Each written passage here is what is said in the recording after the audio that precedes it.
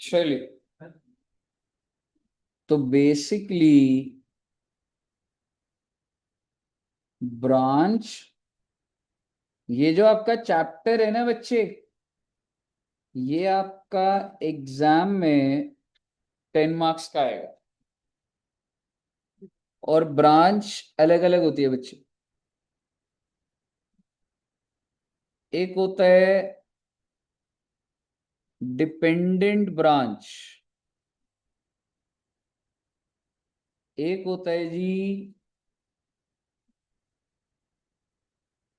Independent branch,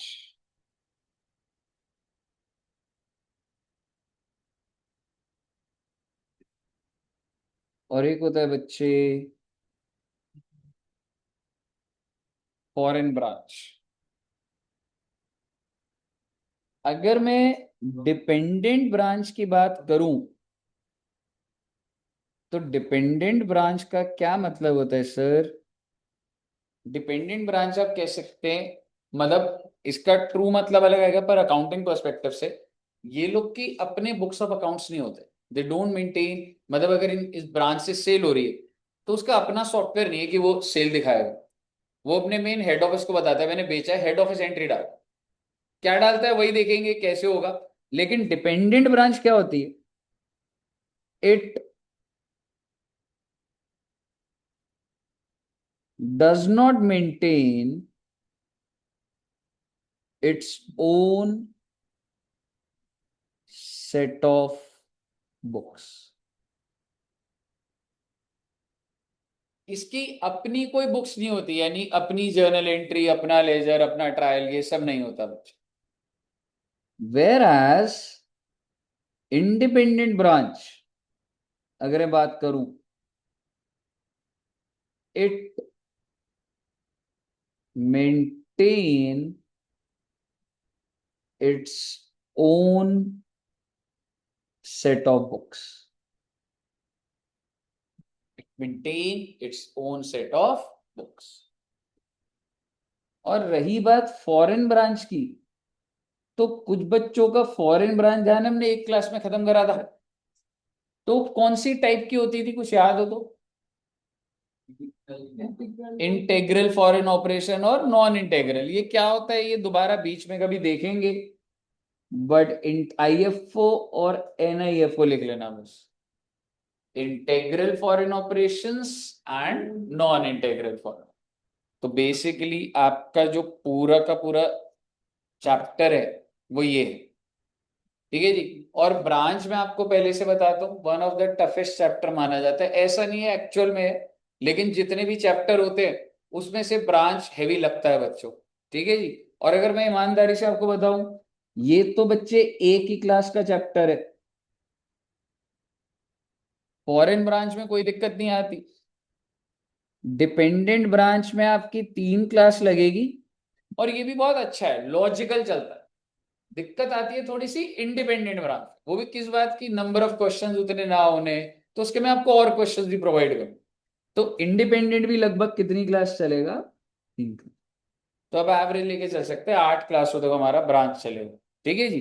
अब मेरा आपसे सबसे पहला सवाल, ब्रांच होता क्या है? मान लो अगर सपोज करो मैं आपको बोलूं कि भाई हल्दीराम का बिजनेस सही चलता है खराब चलता है? सही चलता है, तो उसकी फ्रेंचाइजी ले लेते हैं, फ्रेंचाइजी मिलती है बच्चे, तो क्या उसको ब्रांच बोलो? जैसे आपने देखा था वो एमबीए चाय वाला की फ्रेंचाइजी बिकी थी, तो वो अच्छा चला था या बंद? हम्म, अच्छा नहीं था। तो फ्रेंचाइजी मॉडल था या उसी की ब्रांचेस थी सारी?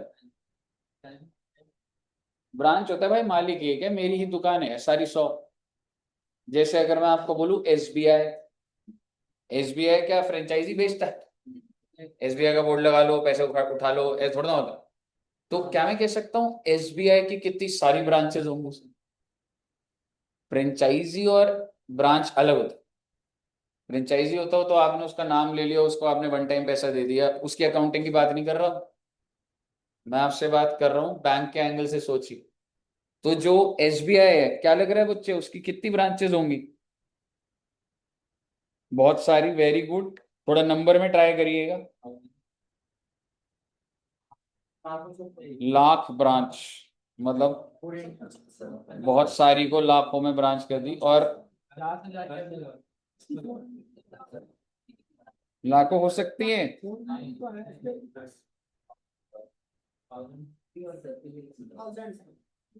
ओ my God, state bank of India has over 22,500 branch.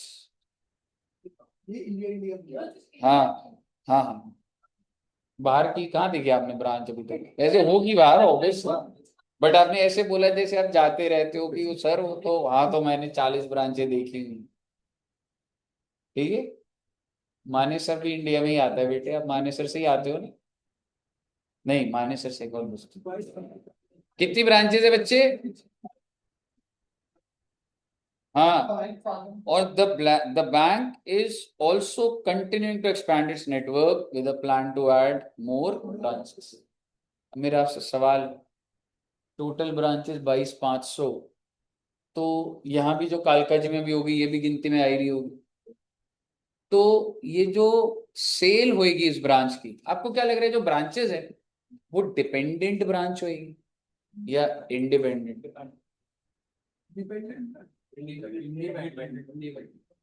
Now what is the difference between dependent? अब आप ये अकाउंटिंग एंगल पे छोड़िए, ठीक है, मैं आपको कह रहा हूं कि क्या वो ब्रांच को जो बिजनेस आ रहा है उधर कोई ना कोई ब्रांच मैनेजर की जिम्मेवारी होगी, या वो बोलेगा भाई बिजनेस नहीं आ रहा तो मैं क्या करूं, कोई लोन लेने नहीं आ रहा तो मैं क्या करूं, नहीं आ रहा नहीं आ रहा, मेरी तो सरकारी नौकरी है।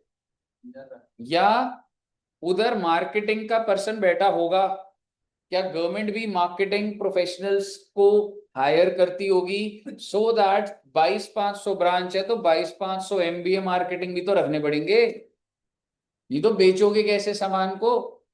आप मुझे बताइए, बेचने की जरूरत है या नहीं है? डेफिनेटली नहीं, तो बेचने की जरूरत नहीं होती, तो ऐसे कोई ऐड भी नहीं आती। SBI की जो अगर कोई स्पॉन्सरशिप आते, मैच देखते हो ना IPL, SBI का लगा होता है कभी कभी, क्यों लगा हुआ है? क्या जरूरत है? क्यों पैसे फेंक रहा हूँ? मैं सरकारी बैंक है, जो आए आए नहीं है ना आए, तो मैं स्पॉन्सरशिप में क्यों दिखा रहा हूँ अपने नाम? प्रेजेंस बनानी है। ठीक है, मुद्दे की बात ये है, आपके हिसाब से क्या हर ब्रांच अपने हिसाब से अपना प्रॉफिट निकालता होगा या नहीं निकालता? So that's independent. मैंने ब्रांच खोल दी, मैंने ब्रांच, मान लो मैं हेड ऑफिस हूँ, ठीक है, तो मैंने, और अब मैं आपको ना एक छोटा सा, अब मैं आपको इजी सा करता हूँ क्योंकि अब मेरे को आपको कॉन्सेप्ट पे भी लेके जाना है। मान लो एडू जंक्शन है, कहने से भी आप 1 ब्रांच। अब अगर सपोज करो मैं दूसरी ब्रांच सोचूं और मैं जस्ट ऑपोजिट खोल दी, या कालका जी में ये, आपको क्या लग रहा है वो ब्रांच इंडिपेंडेंट होगी या वो डिपेंडेंट? वो सिर्फ मेरे को 4 रूम चाहिए हो, मेरे को चेयर लगाना है, AC लगाना है, मैं क्या उधर मार्केटिंग का क्या बंदा बैठाऊंगा मैं? जो भी मार्केटिंग होगी यहीं से ही हो जाएगी, जो भी प्रमोशनल एक्टिविटीज होंगी, जो भी एक्टिविटी यहीं से हो जाएगी, अकाउंटिंग होगी यहीं हो जाएगी। वहां पे क्या होगा, एक ऑफिस बॉय, पानी होना चाहिए वहां पे, चेयर्स होनी चाहिए, प्रोजेक्टर्स लगे होने चाहिए। अब मैं उस ब्रांच में जाके, अब मुझे बताओ मैं संजय भैया को बोलूं, अरे संजय, बच्चों का कोर्स खत्म नहीं हुआ, ये क्या कर रहे हो संजय? समझ रहे हो? कोई लॉजिक है इस बात का? ठीक है, तो बेसिकली जिसका जो काम होगा वही होगा। अगर मैं उस ब्रांच में कोई मार्केटिंग वाला नहीं रख रहा तो मैं कहां से सेल कर लूंगा वहां पे? तो मैंने बस क्या करा भाई, that's just an additional space जहां पे क्लासेस कंडक्ट हो सके। तो ये तो मैनेजमेंट डिसाइड करती है कि मैं उस सेंटर को इंडिपेंडेंट बनाना चाह रहा हूँ, केपेबल बनाना चाह रहा हूँ खुद से कि मेरे से मदद मत मांगियो, या मैं कह रहा हूं अरे यार 4 क्लासरूम है वहां क्लास करा लो, क्या होगा? That's just an addition. अब आप सोचिए, अगर यूपी में खुलती है एक ब्रांच, तो क्या यूपी में अगर एक एड्यू जंक्शन की एक ब्रांच खुले, ठीक है, मान लो लखनऊ में खुल रही है, तो क्या उसकी मार्केटिंग वहां से होगी या यहाँ से होगी? कैसे होगी? तो मुझे उधर कोई ना कोई मार्केटिंग रिसेप्शन पे या कोई ना कोई ऐसा बंदा रखना पड़ेगा कि आपको चलाना, पर वो भी तो एम्प्लॉय होगा। तो आप सोच के देखिए, इनिशियली तो उस ब्रांच में AC तो भेजना पड़ेगा, कुर्सियां तो भेजनी पड़ेंगी, थोड़ा पैसा तो भेजना पड़ेगा, स्टार्टिंग में तो करना ही पड़ेगा ना। तो आप मुझे बताओ वो ब्रांच ठीक है, कह सकता हूं वो अपने हिम्मत से चल रही है, लेकिन अब मैं आपको बताऊं कि मैं उस ब्रांच को क्या बोलूंगा, डिपेंडेंट ही बोलूंगा। आपको अजीब लगेगा, सुनो, मैं अकाउंटिंग है, आप इंडिपेंडेंट बोल रहे हो ना, चलो ठीक है इंडिपेंडेंट रहने दो। अब मैं उसे बोलूंगा सुन भाई, तेरे को अपना ट्रायल अपनी जर्नी सब करनी है और तू इंडिपेंडेंट है, ये ले लीजिए, कोई दिक्कत नहीं। ठीक है, लेकिन अगर मैं बोलूं मार्केटिंग यहीं से होगी, उसके बस की नहीं है खुद से सेल करना, यहीं से ही भेजूंगा, स्ट्रेटेजीज ऐसी बनाऊंगा, उस पर कस्टमर जाएगा, नहीं तो मैं ही बताऊंगा इसको ये करना है ये करना है, सारा कंट्रोल मेरे पास, मार्केटिंग एवरीथिंग सब। वहां कोई मार्केट में कोई नहीं बैठा, अब वो क्या ब्रांच हो जाएगी? तो ये तो कौन डिसाइड कर रहा था that branch should be dependent और इंडिपेंडेंट? मैनेजमेंट ही डिसाइड, या आप कह सकते हो ओनर डिसाइड कर। ठीक है, तो बेसिकली आप ये कह सकते हो बच्चे कि डिपेंडेंट ब्रांच में वो ब्रांच कुछ नहीं है, बस मेरे धंधे का एक्सटेंशन है वो,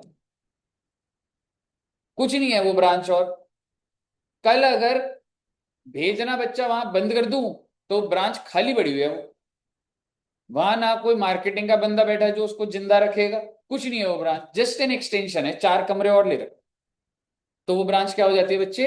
डिपेंडेंट। और अगर वहां पे पूरा अपना सेटअप हो कि सर वो वाले ब्रांच ने इतने का प्रॉफिट दिखाया, उस ब्रांच से इतने का प्रॉफिट दिखाया, वो इंडिपेंडेंट है। आपको क्या लग रहा है इस एंगल से नहीं होता होगा? बिल्कुल होता है। अगर आपकी मल्टीपल इंडिया लेवल पे ब्रांच है, तो मेरे को दो तरीके हैं, अगर मैं उधर मार्केटिंग का रखूंगा ही नहीं तो कहां से इंडिपेंडेंट कर दूंगा उसको मैं? आपको समझ आ रही है ना ये बात? अब मुद्दे की बात ये है कि सर जी, डिपेंडेंट ब्रांच के अंदर देर आर मेनी मेथड्स जिसके थ्रू हमें उस ब्रांच का प्रॉफिट निकालना। ठीक है, और उसमें सबसे पहली चीज है, मैंने जो गुड्स भेजूंगा मैं उसे, if goods are sent at cost। मैं, मेरी कपड़े की दुकान है, मैंने 100 का खरीदा तो उस ब्रांच को कितने का दे दिया मैंने भी, वहां कस्टमर आया था 100 रुपए का दे दिया उसको। Goods are sent at cost. और इसमें एक मेथड है बच्चे, डेटर्स मेथड। आज हम लोग देखेंगे डेटर्स मेथड। फिर एक मेथड है स्टॉक इन डेटर्स मेथड। और उसके बाद स्टॉक इन डेटर्स के बाद final account method. Good sent at cost में अलग है। और अगर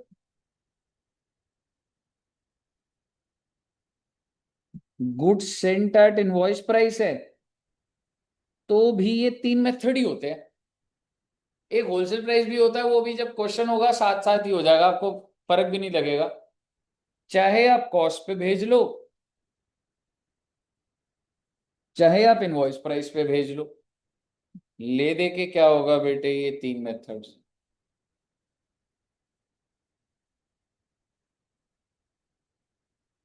IP is invoice price. Okay, goods sent at cost and goods sent at invoice. कही लिख लिया बच्चों ने? और एक चीज कह रहा हूं, चाहे आप कॉस्ट से निकाल लोगे चाहे आप इनवॉइस प्राइस से निकाल लो,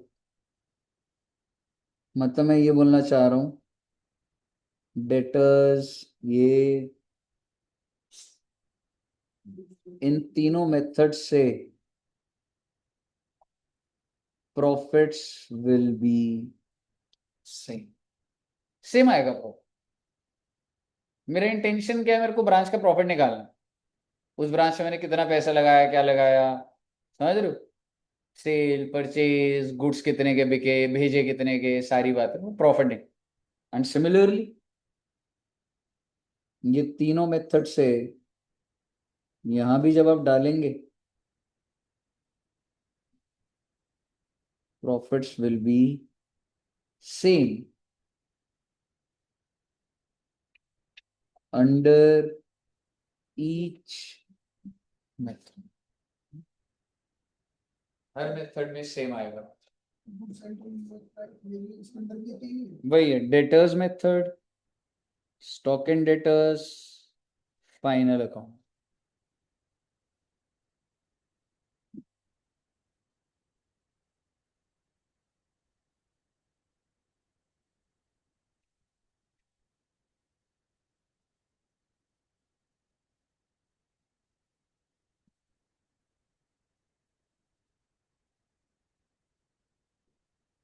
कही क्लियर है?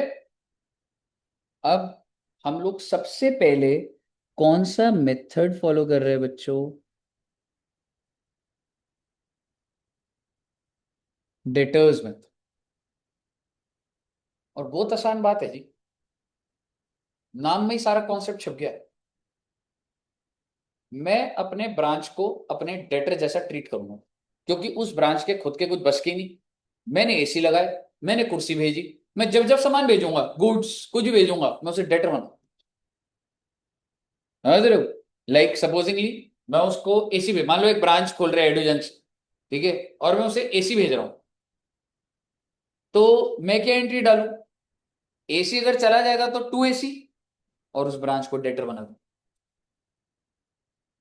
समझ रहे हो? तो बेसिकली पहले कुछ इनपुट्स लिखते हैं, ठीक है, डेटर मेथड में, और यही कीवर्ड होंगे, 2-3 चीजें इसी पे चल रहा होगा, देखना डिटेल देखना। Under debtors method we will record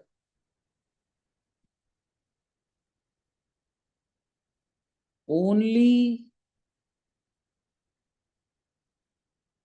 those transactions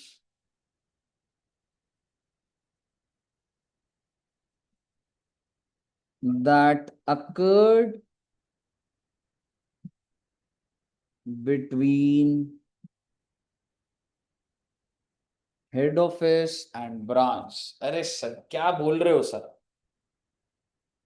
बेटे ये इतनी गहरी लाइन है ना,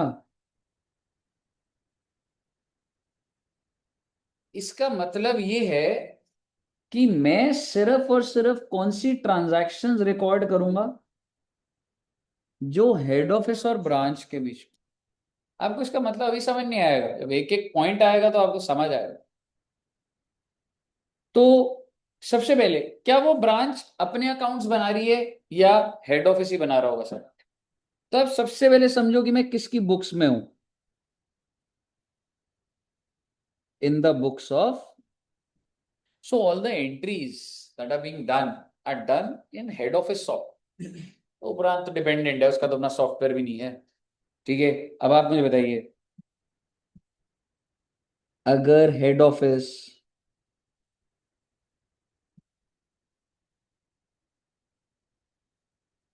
ब्रांच को कैश बेचती है 5,000 रुपये,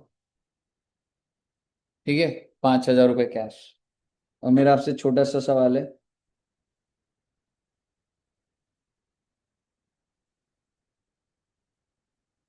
देखिएगा एक बार, अगर ऐसे भी बन गया तो देख लेंगे अभी।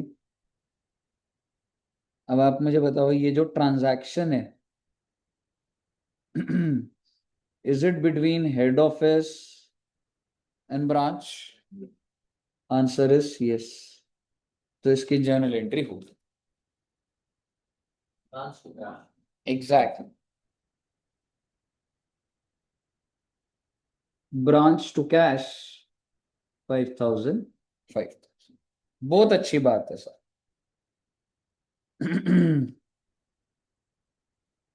सर जी, हेड ऑफिस ने ब्रांच के पास फिक्स्ड एसेट्स भेजे बच्चा, is it between head office and branch?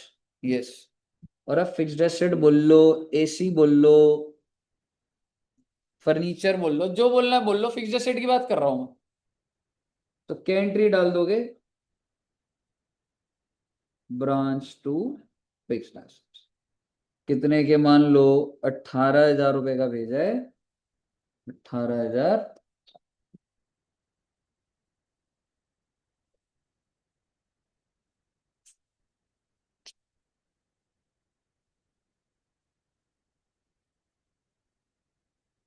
पहले यहाँ तक क्लियर है बच्चे? अच्छा, और कैसे होता होगा, जैसे मान लो ऐसा होता होगा कि ब्रांच के पास कोई कस्टमर आएगा और सामान नहीं पड़ा हुआ, तो ब्रांच किसको फोन करेगा? Head office. तो हेड ऑफ गुड्स भेजेगा उस, समझ रहे हो? तो भाई अगर दुकान खोली है, मान लो कपड़े की दुकान है, तो हेड ऑफिस ब्रांच को गुड्स सेंड कर रहा है। पहली बात तो, is it a transaction between? Yes. 8,000 costing goods, sale well नहीं है, मैं कॉस्ट टू कॉस्ट भेज रहा हूँ। पहला वाला मेथड था ना, cost to cost. Branch 8,000 to, सोचो दिमाग लगाओ, इतनी अकाउंट्स तुमने पढ़ी है जिंदगी, ये तुम्हारा दिमाग चल सकता है। Exactly, good, to purchase. वही जो परचेज तुमने अपनी दुकान के लिए करा था, बाहर चला गया वो, समझ रहे हो? भाई तेरी अभी इनकम नहीं हुई भाई, तेरे वो स्टॉक निकल गया नॉर्मल वाले, उससे तेरी दुकान पे था।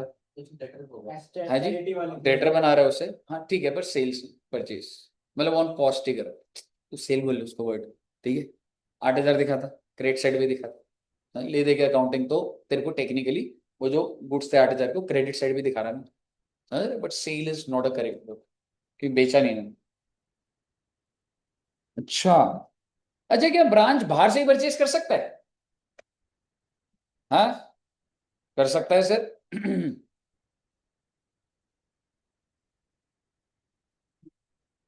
परचेज ऑफ गुड्स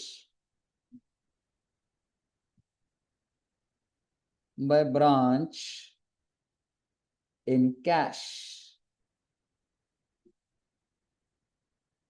बड़ा सोचने की बात है, जब ब्रांच ने बाहर से परचेस करा, ये अब आप यहीं पे मॉड्यूलेट हो जाएगा बात, अब घूम जाएगी। ब्रांच ने परचेस करा तो क्या ब्रांच के पास कैश पड़ा हुआ था? कैश भेजा था भाई मैंने, ठीक है। तो मान लो 3,000 का परचेस करा।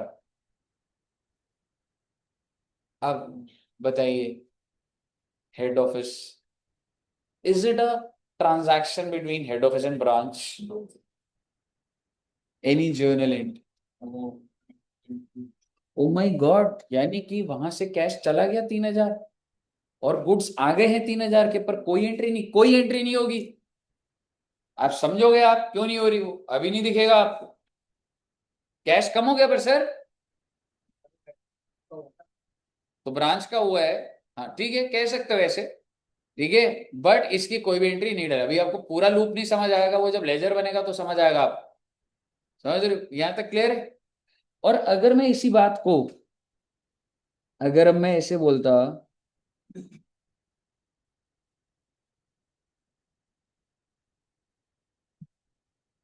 Purchase by branch but paid by head office, O my God.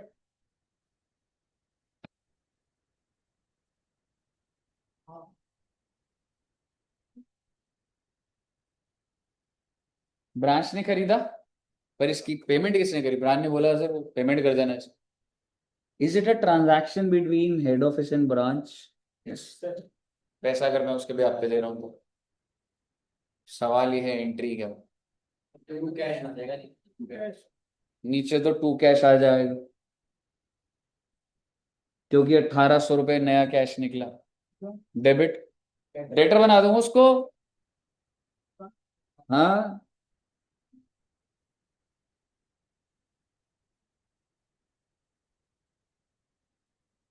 Okay.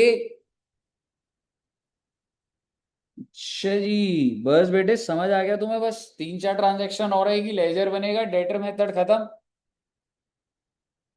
तरीके बना रखे बेटे, एक ही बार में समझ आ जाता है तुमको, समझ आ गया ना यहाँ तक? देखते हैं अभी क्या बोलोगे आप। Sales made by branch for cash 8,000। Oh my God.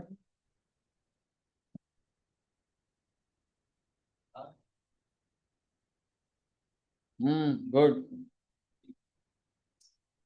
Okay. अच्छा जी। Sales made, amount collected by head office 12,000। Exact. Cash to.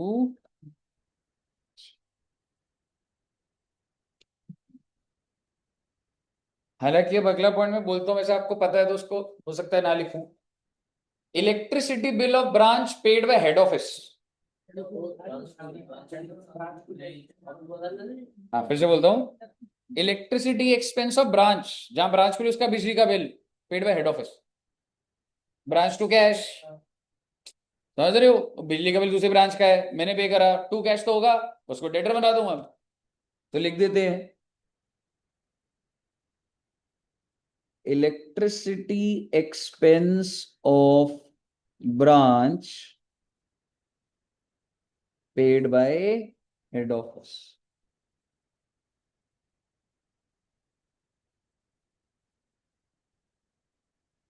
तो ब्रांच के लिए पे करा तो ब्रांच डेटर बना देंगे। 3,000 रुपये मान लो बच्चे, ब्रांच 3,000 से डेटर टू कैश। क्या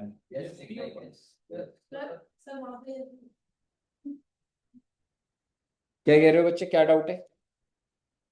कुछ नहीं।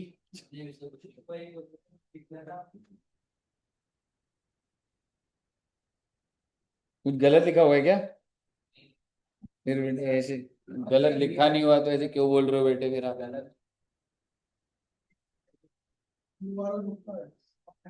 मैं गलत बोल सकता हूँ, जैसे आप बहुत अच्छे इंसान हो, मैंने बोल दिया गलत। नहीं नहीं, अच्छे बच्चे। अच्छा, दिन खत्म हो गया, मैंने उसको कई बार कैश भेजा, गुड्स भेजे, उन्हें परचेज करी सेम डे। मैंने कहा भाई आखिरी जब दिन खत्म हुए ना, जो कैश पड़ा हो वापस भेज दियो, डेली का डेली भेज दियो साहब। हम्म। तो टेक्निकली, हाँ जी, क्या मैं कह सकता हूँ it is cash remitted by branch to head office, is it a transaction? Yes. Bank to या कैश टू।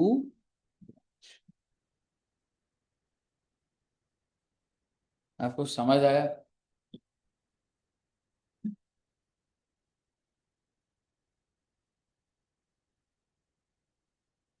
मैंने उनको, चलो अभी और नहीं बोलूंगा, अभी आपका फ्लो सही चल रहा है। यहाँ तक क्लियर है? आइए, अब हम इसका लेजर बनाएंगे पेपर में। एंट्रीज का तो वे बेस बन गया, लेकिन अभी आपको लेजर। अच्छा, एक छोटी सी चीज, आप बताइएगा एंट्री डलेगी नहीं डलेगी? ब्रांच ने उधारी पे कस्टमर को बेचा, एंट्री डलेगी? ब्रांच ने बेचा कस्टमर, नहीं डलेगी एंट्री, बिल्कुल। बैड डेट हो गया बच्चे।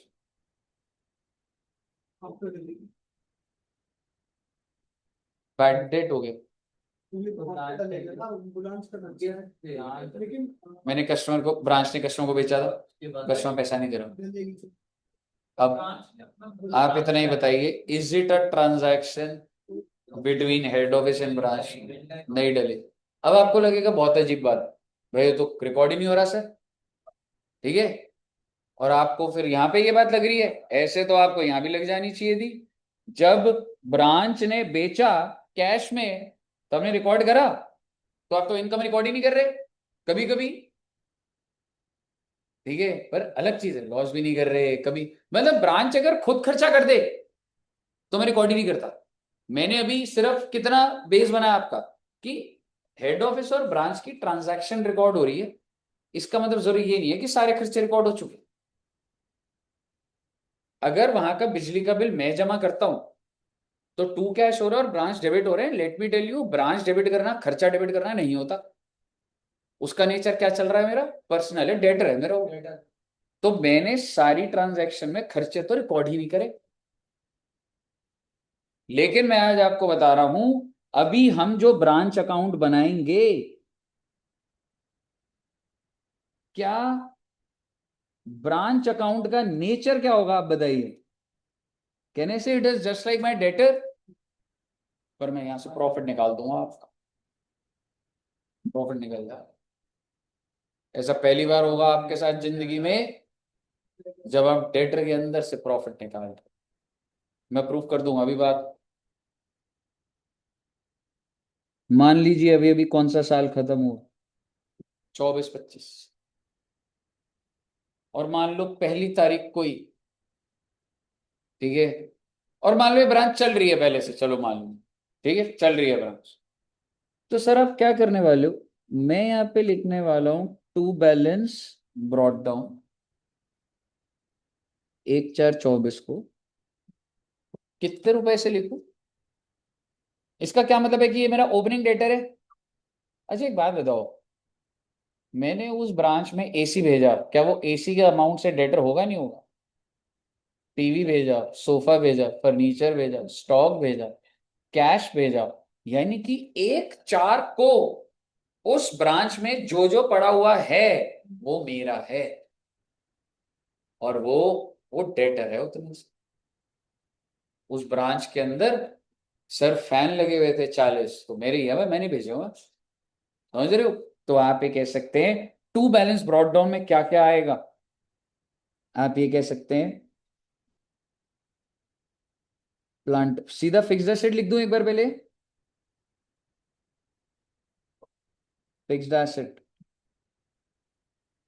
इवन डेटर्स, ये कौन से डेटर है, जो मैं ब्रांच को बोला हाँ भी कितनी सेल कर दी डेटर को, मैं कलेक्ट करके तू ही देगा मुझे। तो उस ब्रांच की बुक्स में या जो डायरी में डेटर है, उतने से डेटर बनाऊंगा उस ब्रांच को मैं। खुद सोच के देख लो आप अगर कोई ब्रांच खोलोगे, उस ब्रांच में जो एसी लगा है वो आपका नहीं है, तो डेटर ही तो बना रहा हूं मैं उसे। इसी तरीके से उस ब्रांच में जो स्टॉक पड़ा होगा वो भी मेरा है, बिल रिसीवेबल्स भी मेरे हैं, वहां पे पड़ा हुआ कैश भी मेरा है, ब्रांच के सारे एसेट मेरे हैं, और मैं ब्रांच को डेटर बना रहा हूं इस बात पे। ओपनिंग बैलेंस है। आप बोलोगे सर अगर लोन ले लिया तो वो भी आपका, हाँ मेरा। ब्रांच की अगर कोई लायबिलिटी चल रही है, इलेक्ट्रिसिटी आउटस्टैंडिंग, रेंट आउटस्टैंडिंग, तो वहां लिख दूंगा मैं कि वो मैंने उसे देना है, समझ रहे हो। पर अभी आप एसेट पे फोकस करना, 10 मिनट में कॉन्सेप्ट एकदम सही हो जाएगा बेटे। अब आप मुझे बताइए यहां पे क्या लिखूंगा, साल के एंड में भी तो देखते हैं, साल के एंड में देखूंगा भैया फिक्स्ड एसेट कितने के हैं, भैया डेटर्स कितने के हैं, स्टॉक कितने का है, बिल रिसेबल कितने का है, और बाहर।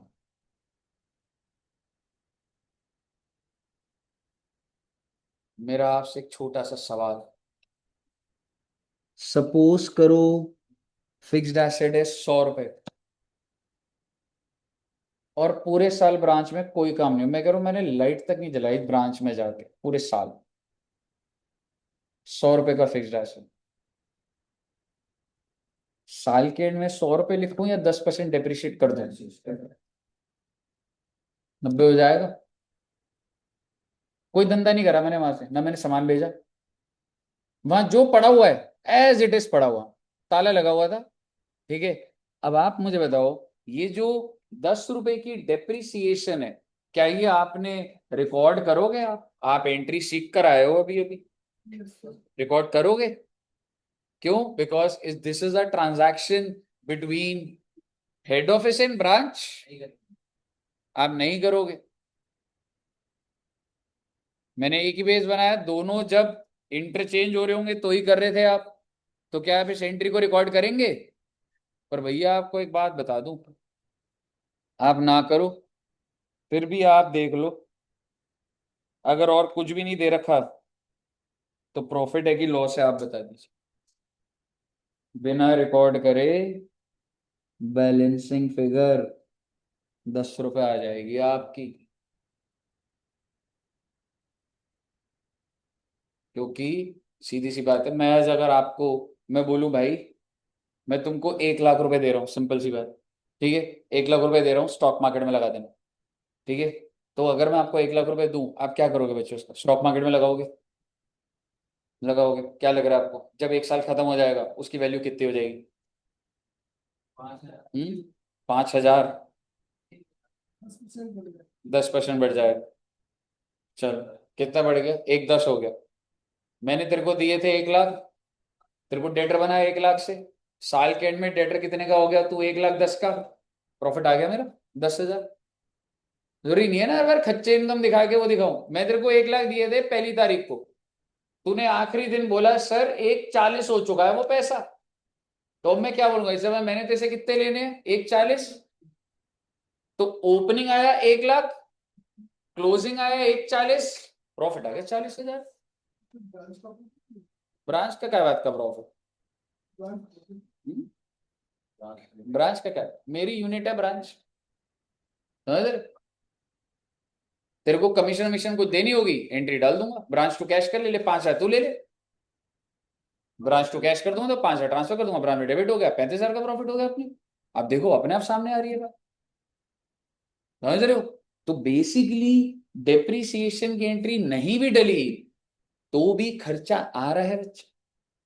And let me tell you, पहले हम फॉर्मेट बना लेते, हमने जो एंट्री डाली। अच्छा, अब आप मुझे बताइए, जब मैं ब्रांच को गुड्स भेजे थे तब एंट्री डाली थी मैंने?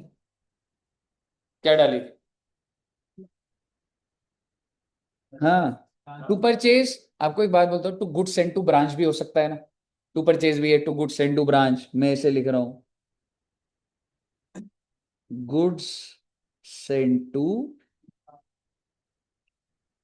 आप देख लीजिए, मैं वो चीज को रिकॉर्ड कर रहा हूँ जो दोनों के बीच के अंदर है भी, ठीक है। अच्छा, अब इसके बाद मैंने ब्रांच को कैश भेजा था, स्टार्टिंग से देख लेते हैं बच्चे, ठीक है। सबसे पहले क्या भेजा था? कैश। तो ब्रांच टू कैश, ये आपने जस्ट रेमिट करा है।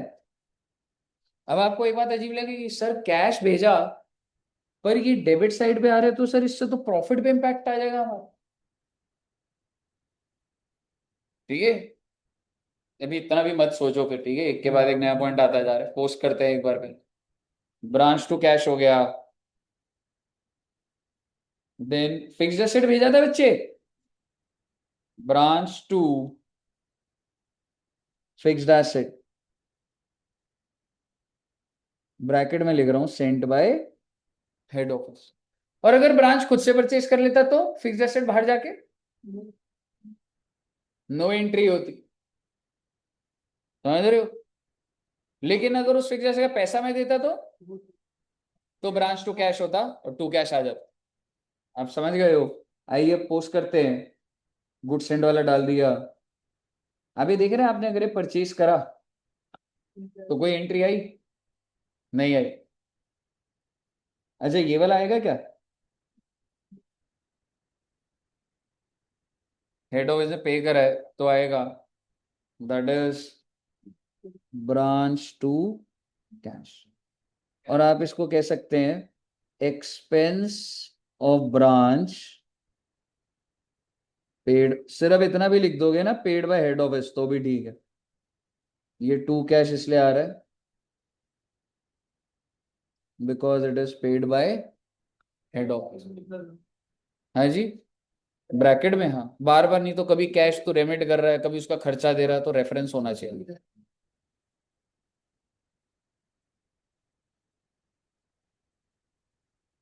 अच्छा,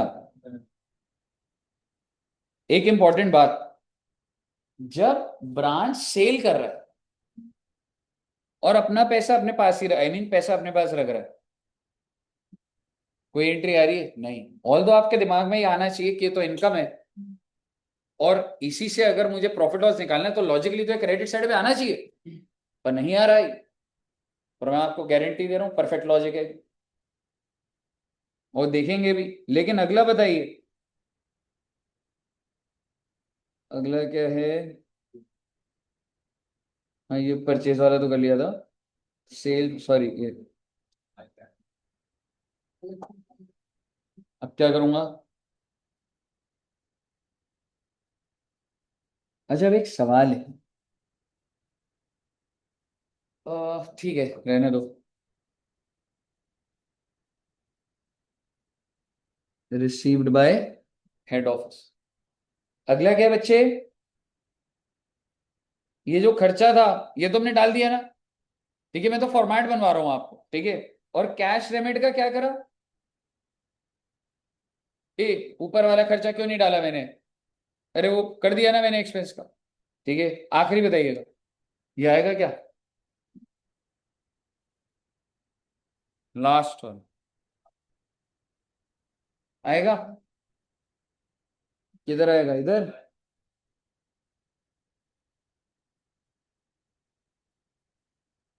अरे मैं वही तो कह रहा हूँ ना, एक बार लिख चुका हूँ ना, जैसे कोई पेड है, बार बार लिख रहा हूँ, बस वो चीज़ लो लिख ही लेता हूँ। To cash. मुद्दे की बात ये है कि जो भी खर्चा वो कर रहा है वो आ रहा है ना डेबिट साइड में, क्यों मैं एक बार वो बता दिया था, इससे मैंने दोबारा नहीं डाला उसको बस। ये कौन सा खर्चा था मेरा? Electricity expense. यहां तक कोई दिक्कत? आप एक चीज समझ रहे हो? डू यू रियली थिंक ये जो रेमिटेंस है ये सेल थी? जस्ट बिकॉज ब्रांच मुझे पैसा दे रहा है तो मैं इसको इनकम दिखा, और वो भी जस्टिफाई हो जाएगी बात सारी, ठीक है। अब आप क्या करेंगे बच्चे? डेबिट और क्रेडिट को मैच करोगे, और बैलेंसिंग फिगर आपकी क्या आ जाएगी? Profit and loss account. और अगर उधर आ गई तो वो लॉस।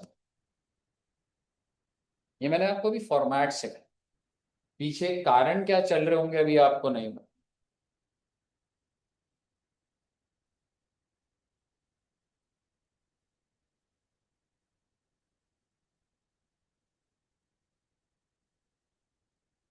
नोट कर लिया? Yes sir. अब मेरे को आपको प्रूव करने की बिल्कुल सही चल रहा है, और अब एक बार जरा दिमाग लगाना, 5 मिनट में प्रूव हो जाएगा।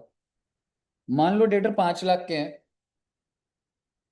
1 लाख रुपए बैड डेट हो गए, तो डेटर कितने के रह गए?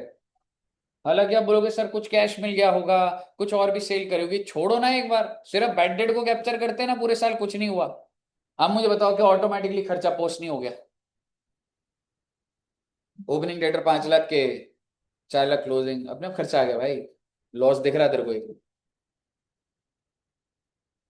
सर 4 लाख इसलिए दिख रहा है क्योंकि कैश आ गया होगा, ब्रांच ने कैश रिसीव कर लिया होगा, हो सकता है ना?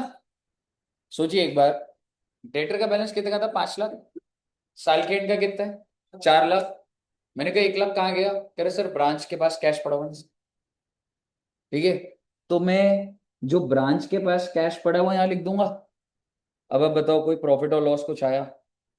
नहीं यार, आना भी नहीं चाहिए। डेटर से पैसा आना इनकम थोड़ा ना होती है।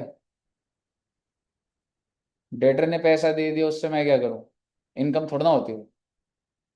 समझ आ रहा है आपको कैसे ऑटोमेटिकली रिकनसाइल हो रहा है? आगे सुनिएगा।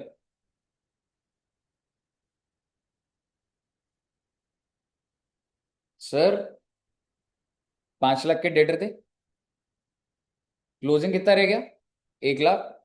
मैंने कहा बाकी 1 लाख, तो मैंने बोला सर वो ब्रांच के पास था, और ब्रांच ने हेड ऑफिस को दे भी दिया। अब ब्रांच के पास नहीं है, मैं कह रहा हूं ब्रांच के पास नहीं पड़ा, तो किधर गया? हेड ऑफिस को दे दिया। ये लो यहां लिख दूंगा मैं, जितनी भी रेमिटेंस है क्रेडिट साइड पे आ रही है।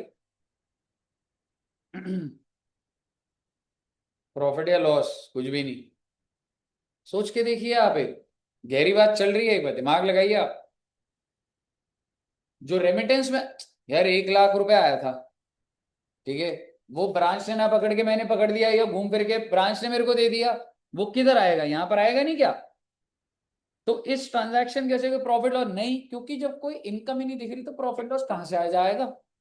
इनकम तो तब होगी या नुकसान। अब अगर मैं बोलूं 5 लाख का डेटर, सर जी 50,000 बैड डेट, 50,000 डिस्काउंट, और ये रहा क्लोजिंग आपका।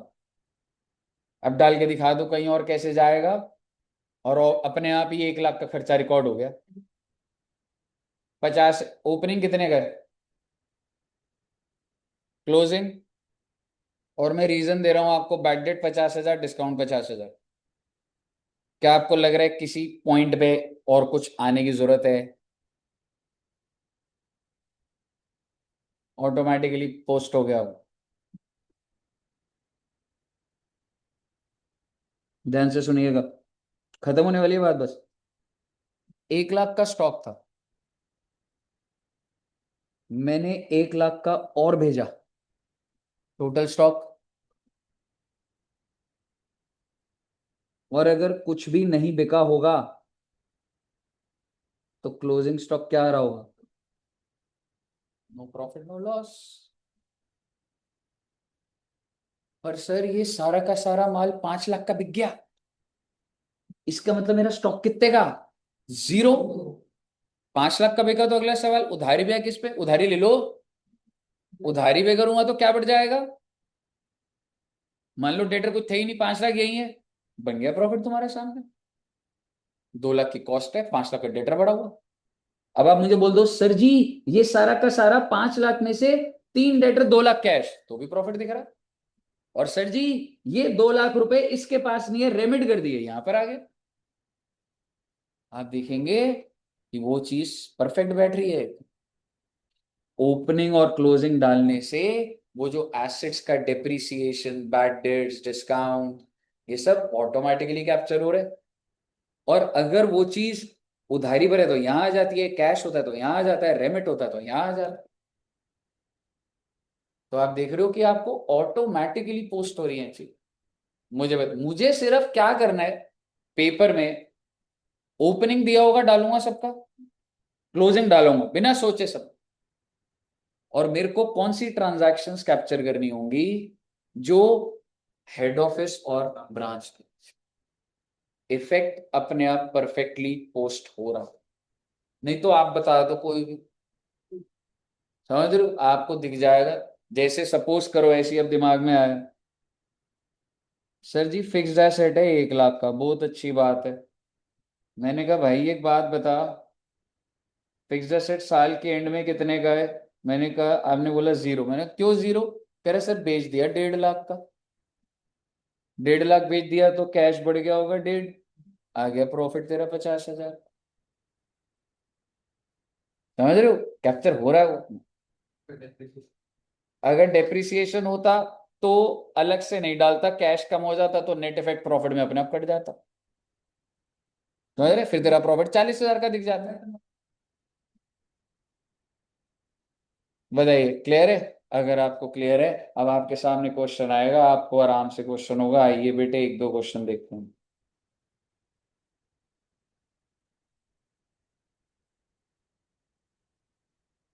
एक आध क्वेश्चन देखना है, और बच्चों वाले क्वेश्चन।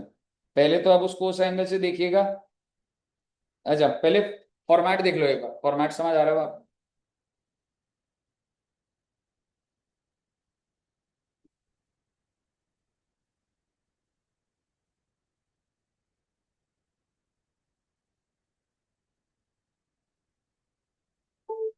हाँ जी, फॉर्मेट समझ आ रहा है? अच्छा रिटर्न समझ आ रहा है आपको? अरे भेजोगे तो डेबिट पे आ रहा है, रिटर्न हो जाएगा तो उधर आ जाएगा ना, क्वेश्चन में देख लेंगे।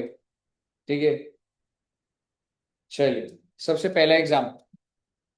XP limited open a branch at Delhi. Company का क्या नाम है बच्चे? और ब्रांच किधर है? और उसको गुड्स कितने के भेजे? 50,000।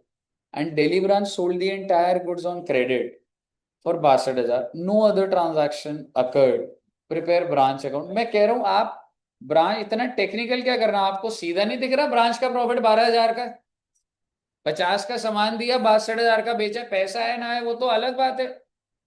अब इसको कैसे डाला हुआ है, ओपनिंग तो है नहीं, 50 जब भेजा तो एंट्री क्या डालूंगा, branch to goods send to branch, और जब उसने उधारी पे बेचा तो मेरा क्लोजिंग डेटर बढ़ जाएगा, प्रॉफिट आ गया। क्लियर है? अगला करिए, आंसर नहीं दिखाऊंगा, बना देना इसका टी शर्ट।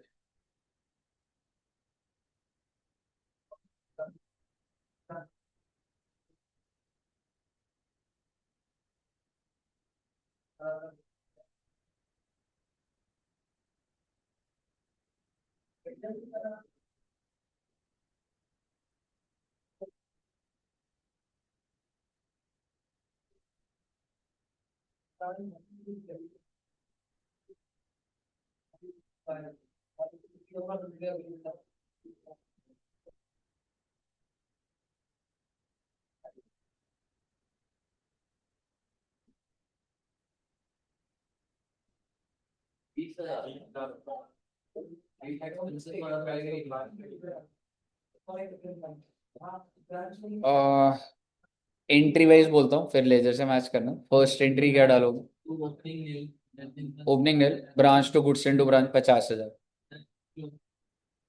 और कैश में करा तूने तो, हाँ कितना कैश, क्यों, आगे क्या लिखा है, branch paid expense of 8,000, close, हाँ तो closing balance branch, exactly branch नहीं पे करा है, कहाँ तो 70,000 में से ही तो पे करेगा, ए समझ रहे हो, और 70,000 आए थे तो उसी में तो पेमेंट करी है।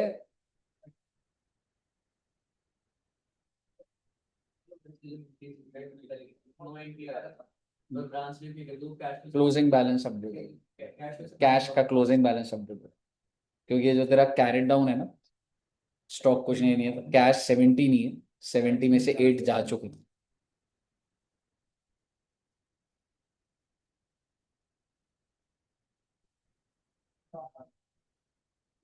समझ आया बच्चे,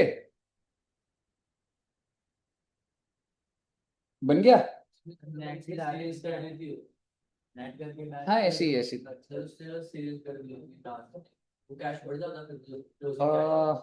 फिर से बोल एक बार,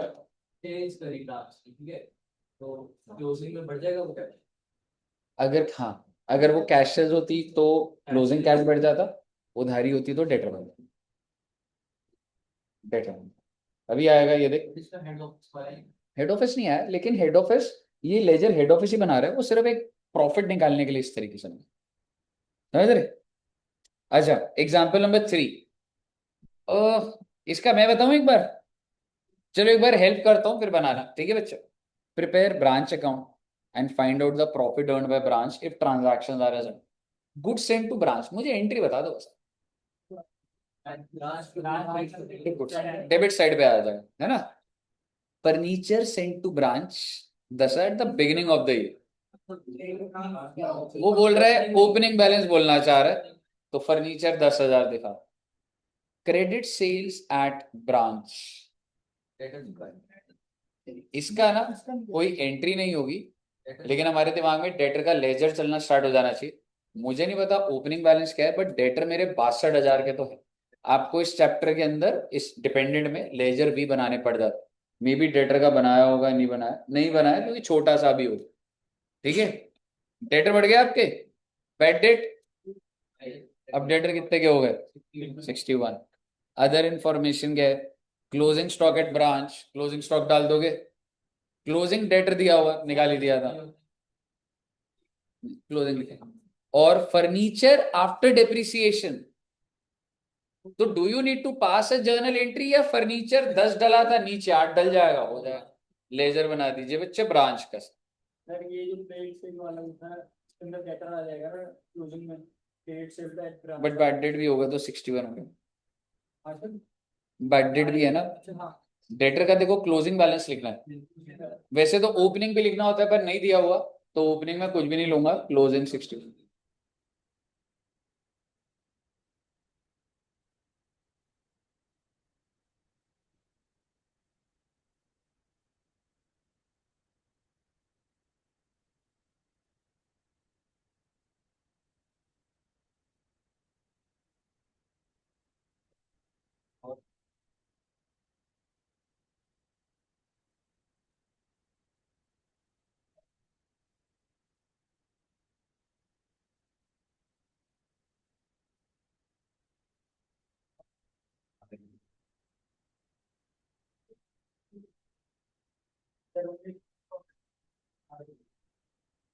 हम्म 19,000 आंसर दिखा दो बच्चे।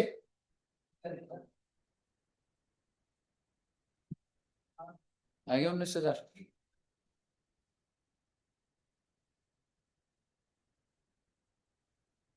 ओके, डिपेंडेंट में दिक्कत नहीं आती, सही कॉन्सेप्ट बढ़िया है वाला। ऑल क्लियर टिल हेयर,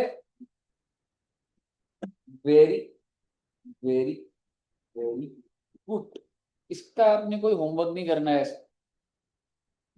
अगली क्लास में बड़ा वाला क्वेश्चन करेंगे, जितने बस ये करा है बस यही है। ठीक है जी, तो इतना रखते हैं बच्चे, और नेक्स्ट क्लास में ब्रांच को आगे बढ़ाएंगे और डिपेंडेंट 2 क्लास और में खत्म करेंगे। Okay, thank you very much, bye bye.